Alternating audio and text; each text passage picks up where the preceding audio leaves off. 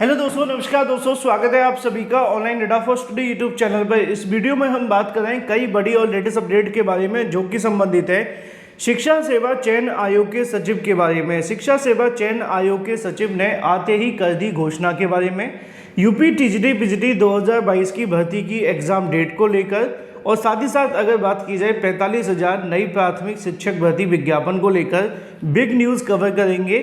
और बिहार की तो 1,60,000 भर्ती के बारे में एक बड़ी अपडेट निकल कर आ रही है। सारी अपडेट हम एक एक करके कवर करने वाले हैं। चैनल को सब्सक्राइब करके बेल आइकन को दबा लें और वीडियो को लाइक कर दें, जिससे कि आपको रियल ऑथेंटिक जानकारी online data for study YouTube channel के माध्यम से मिलती रहे।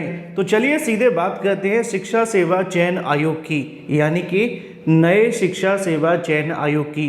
पुराने आयोगों ने भर्तियों के अंदर इतने बवाल खड़े कर दिए हैं कि नए आयोग के बनते ही कहीं ना कहीं वो बवाल नए शिक्षा सेवा चयन आयोग को भी संभालने पड़ रहे हैं। लेकिन ऐसे में अब अगर बात की जाए सचिव को लेकर, तो उनके माध्यम से इसके बारे में एक बड़ी अनाउंसमेंट भी की गई है। वो क्या कहते हैं अपनी नियुक्ति होने के बाद ही उस पर भी बात कर लेते हैं। लेकिन जैसा कि बताया गया था कि नए शिक्षा सेवा चयन आयोग के अंदर जैसे जैसे अधिकारी आएंगे वैसे वैसे भर्तियों को लेकर जो प्रोसेस है वो शुरू हो जाएगा।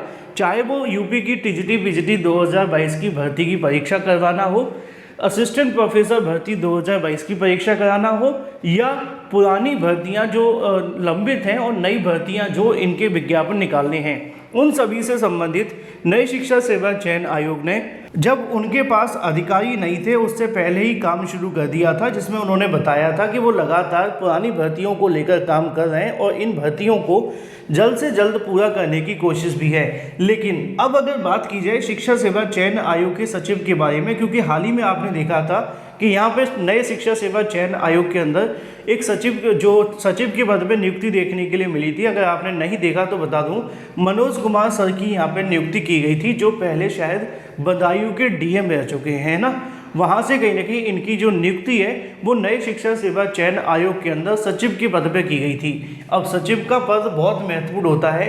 नए शिक्षा सेवा चयन आयोग में भर्तियों के लिए सबसे ज़्यादा जो महत्वपूर्ण पद हैं वो अध्यक्ष का होना, एग्ज़ाम कंट्रोलर का होना और सचिव का होना।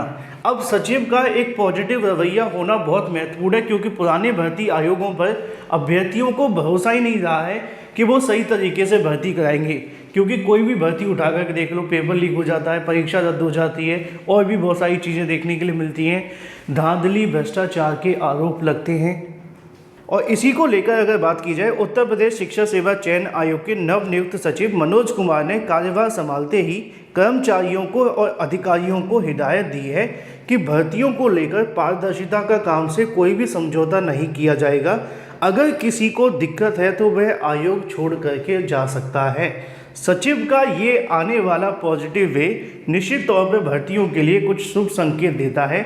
मैं इस बात को पूरे तरीके से कन्फर्म कर दूं कि अगर कोई अच्छा काम करे तो उसकी तारीफ होनी चाहिए, बुरा काम करे तो बुराई होनी चाहिए। अभी फ़िलहाल जो उन्होंने हिदायत दी है अधिकारियों कर्मचारियों को वो एक अच्छी है। कब तक कंटिन्यू रहेगी ये देखना दिलचस्प होगा। सचिव के पद पर नियुक्ति से पहले बदायूं के डीएम रहे मनोज कुमार ने बुधवार को बैठक में उच्चतर शिक्षा सेवा आयोग और माध्यमिक शिक्षा सेवा चयन बोर्ड की परीक्षाओं से जुड़ी लंबित मुकदमों के बारे में जानकारी ली। साथ ही उन्होंने कहा कि भर्तियों के आयोजन को लेकर शासन स्तर पर जो औपचारिकताएं पूरी होनी है उसके लिए वे व्यक्तिगत स्तर पर पैरवी करेंगे। कर्मचारी और अफसर मन लगाकर काम करें। उन्होंने कहा कि शिक्षा सेवा चयन आयोग में जितने पद खाली हैं उन सभी पदों पर प्राथमिकता के आधार पर भर्तियां की जाएंगी और समय से अध्याचन मिल सके इसके लिए संबंधित विभाग से बात की जाएगी। सचिव ने वित्त से जुड़े बिंदुओं को लेकर भी समीक्षा की। वह अशोकनगर स्थित उच्चतर शिक्षा सेवा आयोग के कार्यालय पहुंचे और वहां से संबंधित भर्तियों की फाइल भी देखी। आगे लिखा है कि सचिव ने आयोग के सदस्य से मुलाकात कर भर्तियों को समय से पूरे किए जाने को लेकर चर्चा की और कर्मचारी और अधिकारियों ने नवनियुक्त सचिव का स्वागत किया। इस मौके पर आयोग के उप सचिव शिवजी मालवीय और नवल किशोर मौजूद रहे। आपको पता होगा, मैंने बताया था आपको कि दो नाम आप सभी को देखने के लिए मिल सकते हैं, एक शिवजी मालवीय और नवल किशोर जी। ये वही नवल किशोर हैं जिनके माध्यम से टीजीटी पीजीटी को लेकर जानकारी मैं आपको समय समय पर देता रहता हूँ। अब बात कर लेते हैं टीजीटी पीजीटी एग्ज़ाम को लेकर। तो सचिव से भी जानकारी मांगी जा रही है, उप सचिव से भी मांगी जा रही है। उनका कहना ये है कि भर्तियों को लेकर जो प्रोसेस है वो अंडर कह सकते हैं कि पाइपलाइन में ही है। जैसे ही एग्ज़ाम कंट्रोलर की नियुक्ति होती है, सबसे पहले वो असिस्टेंट प्रोफेसर भर्ती की परीक्षा करवाएंगे और एक बार जैसे ही असिस्टेंट प्रोफेसर की परीक्षा होती है फिर टीजीटी पीजीटी होगी। पता लगाया गया कि कब तक परीक्षा हो सकती है, तो टीजीटी पीजीटी को लेकर पहले अगस्त में आपकी असिस्टेंट प्रोफेसर को लेकर तैयारी की जा रही है।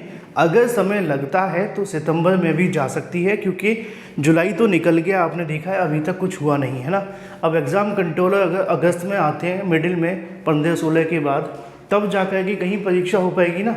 तो टीजीटी पीजीटी परीक्षा तभी होगी जब असिस्टेंट प्रोफेसर हो जाएगी, और असिस्टेंट प्रोफेसर परीक्षा से 1-1.5 महीने का गैप लेकर के आपकी परीक्षा होगी। फॉर एग्जांपल अगर आपकी अगस्त में होती है तो उसके बाद में 1.5 महीने का गैप, सितंबर में होती है तो उसके बीच में 1.5 महीने का गैप आपको देखने के लिए मिलेगा। ठीक है, ये जानकारी अधिकारियों से मिली है टीजीटी पीजीटी 2022 के बारे में। बाकी जैसे ही कोई नई जानकारी निकलेगी मैं आपको दे दूंगा। बात कर लेते हैं अपनी अगली अपडेट के बारे में, जो कि संबंधित है 45,000 पदों पर नई प्राथमिक शिक्षक भर्ती को लेकर। उत्तर प्रदेश में नई प्राइमरी शिक्षक भर्ती विज्ञापन के लिए उत्तर प्रदेश में हाल ही में कुछ न्यूज़ चैनलों के माध्यम से जानकारी दी गई थी कि 45,000 पदों पर बेसिक शिक्षा विभाग के अंदर शिक्षक भर्ती देखने के लिए मिलेगी, जिसको लेकर बीटीसी और डीएलएड करने वाले अभ्यर्थियों ने ये भी कहा कि ये फेक जानकारी है। उन्होंने लगातार कहीं ना कहीं समाचार पत्रों से जानकारी मांगी, उन्होंने कहा कि सही जानकारी है, लेकिन अब इसके लिए अभ्यर्थियों ने धरना प्रदर्शन करने की तैयारी कर ली है। अभ्यर्थियों का कहना है कि शांतिपूर्ण महाधरना प्रदर्शन होगा, जिसमें अगर बात की जाए अभ्यर्थियों के माध्यम से नई प्राथमिक शिक्षक भर्ती के लिए 29 जुलाई समय 10 बजे से एलनगंज प्रयागराज के अंदर तमाम डीएलएड और बीटीसी करने वाले अभ्यर्थी सरकार के सामने अपनी मांग रखेंगे नई प्राथमिक शिक्षक भर्ती विज्ञापन को लेकर। देखना ये होगा कि जो न्यूज़पेपर में जानकारी निकली थी उसके बाद अब सरकार क्या कहती है, क्योंकि जब धरना होता है तभी सत्य सामने आता है कि सरकार की सच में भर्ती को लेकर कोई तैयारी है या सब कुछ हवा हवाई है। अच्छा, हवा हवाई से याद आया बिहार शिक्षक भर्ती। बिहार शिक्षक भर्ती इसलिए हवा हवाई है क्योंकि वहाँ पे जैसे ही कोई हवा चेंज होती है तुरंत शिक्षक भर्ती आ जाती है। यहाँ पे लिखा हुआ है सूबे में 1,60,000 शिक्षकों की होगी नियुक्ति। शिक्षा को 52,000 करोड़ का कहीं ना कहीं जो बजट है वो आमंत्रित किया गया है, जिसके बारे में लिखा हुआ है। विधानसभा में शिक्षा मंत्री के माध्यम से अनाउंसमेंट कर दी गई है। तकरीबन बीपीएससी टीआरई 4 के अंदर 1,60,000 पदों पर शिक्षक भर्ती होने जा रही है, जिसको लेकर लिखा हुआ है।